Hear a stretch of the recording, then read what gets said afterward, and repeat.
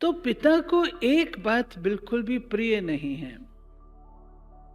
वो कौन सी? किसी भी पिता को, कोई भी पिता हो, चाहे लौकिक हो चाहे वो पारलौकिक है, एक बात पिता को पसंद नहीं है। वो कौन सी? कौन सी बात पिता को पसंद नहीं होती? बच्चों का आपस में टकराव, बच्चों का आपस में लून पानी होना। लून पानी अर्थात नमक और पानी। पानी में नमक डालो तो क्या होगा? नमक नीचे बैठ जाएगा। आप पहचान सकते हैं ये नमक और ये पानी। और अगर दूध में चीनी डालो तो वो नहीं दिखाई देगी। तो बाबा अपने बच्चों को खीर खंड के रूप से देखना चाहते हैं, लून पानी के रूप से नहीं। लून पानी क्यों होते हैं? लून पानी क्यों होते हैं? ईर्ष्यावश। ईर्ष्या होती। कोई ने सेवा कर ली,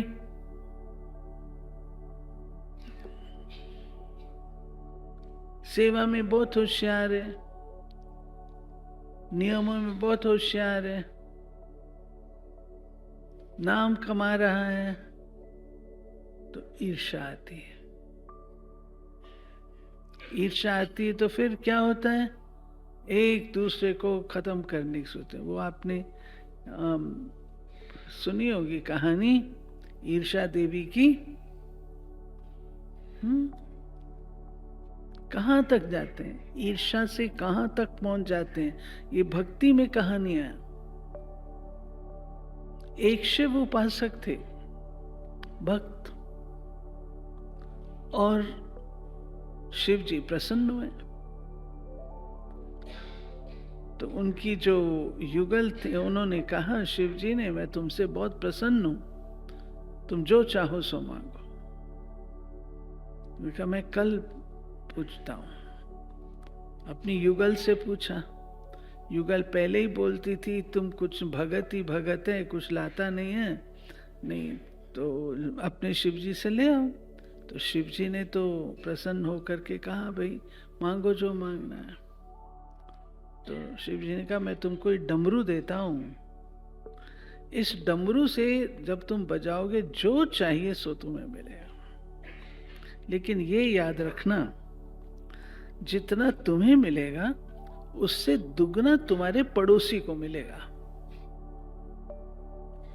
तो युगल तो खुश हो गए, भी कुछ नहीं है तो कुछ तो मिलेगा। तो उसने ट्राई किया। शिव जी महाराज मेरे को एक अच्छा सा मकान मिल जाए। फटाफट मकान आ गया। उधर दो दो मकान आ गए पड़ोसी के पास। फिर कहा शिव जी महाराज मेरे घर के आगे एक गाड़ी आ जाए। बढ़िया गाड़ी, इम्पाला गाड़ी आ गई, बढ़िया। और उनके घर के आगे दो दो आ गई। तो उसको लगा कि उपासना की मेरे पति ने और फल ये खा रहे हैं, ऐसा नहीं होना चाहिए। अब आ गई ईर्ष्या। शिव जी महाराज मेरे घर के आगे कुआं आ गया, उसके घर के आगे दो कुएं। फिर शिव जी फिर डमरू बजाए। शिव जी महाराज मेरी एक आंख काणी कर दो। उन बेचारों की दो दो हो गए।